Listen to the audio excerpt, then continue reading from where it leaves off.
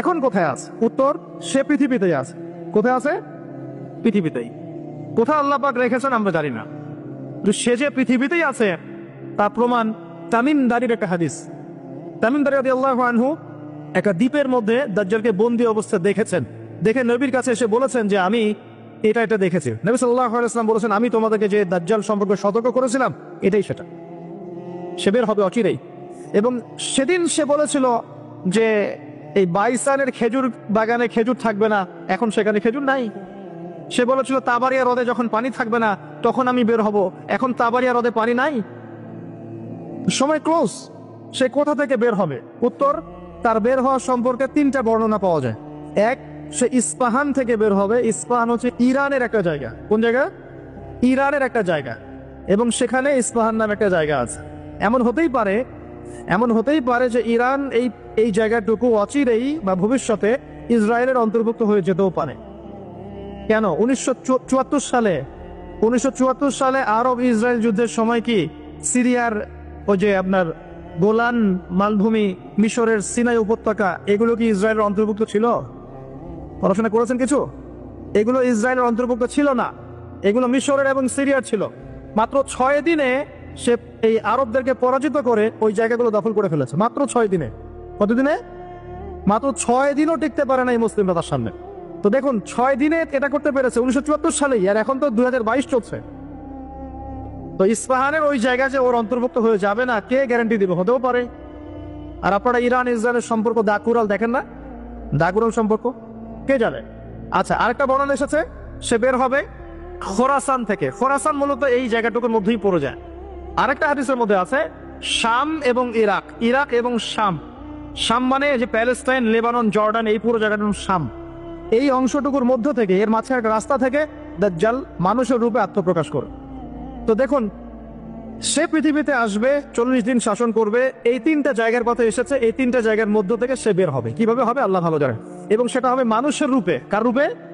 মানুষের রূপে। সে কি হবে? সে একজন ইহুদি যুবক হবে। কি হবে? সে কোনো খ্রিস্টান হবে না, বুদ্ধিস্ট হবে না, মুসলিম হবে না, সে অন্য কোনো রিলিজন ফলো করবে না। সে একজন ইহুদি যুবক হবে যার চুলগুলো হবে কার্লি, মানে কোকরান। কি হবে? চুলগুলো কোকরান। তার ফিজিক্যাল স্ট্রাকচার খুব শক্ত হবে, মানে স্ট্রংলি বিল্ড, খুব শক্তিশালী। এখন নবীজি বলছেন সে কাদেরকে নিয়ে বিশ্ব শাসন করবে? উত্তর, সে জিউসদেরকে নিয়ে বিশ্ব শাসন করবে। কাদেরকে নিয়ে? জিউস কারা? জিউস মানে শুধু ইহুদিরা নয়, এটা একটা ভুল ধারণা। ইহুদিদের মধ্যে এমন অনেক অর্থোডক্স ইহুদি আছে যারা প্যালেস্টাইনিদের অধিকারের পক্ষে কথা বলে, এমনও কিছু ইহুদি আছে। তাই সব ইহুদিকে আপনি খারাপ বলতে পারবেন না, কথা বুঝতে পারছেন? কিন্তু তাদের মধ্যে একটা দল আছে যাদেরকে আমরা বলি জায়োনিস্ট। তারা পশ্চিমাদের সাথে অ্যালায়েন্স করে সারা বিশ্বটাকে শাসন করছে আর কি। এই জায়োনিস্টরাই ইনশাআল্লাহ তাআলা, এটা আমার কনসেপ্ট, আমার গবেষণা, এরাই মসিহুদ দাজ্জালকে ফলো করবে ইনশাআল্লাহ, এবং তাদেরকে নিয়ে সে পুরো ওয়ার্ল্ডটাকে শাসন করবে। আর আপনি কনক্লুশন পেলেন কি? দাজ্জালের চেয়ে বড় কোনো ফিতনা নাই।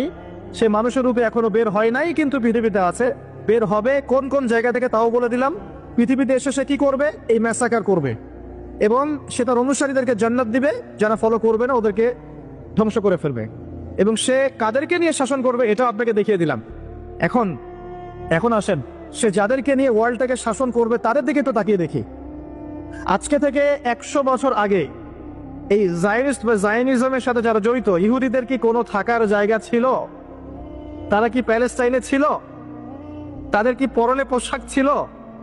তারা কি সেখান থেকে প্যালেস্টাইনিদেরকে বহিষ্কার করতে পেরেছিল? 100 বছর না, আমি আপনাকে 2000 বছরের কথা বলছি। কত বছর? 2000 বছর পর্যন্ত তারা সেখানে প্রবেশ করতে পারে নাই।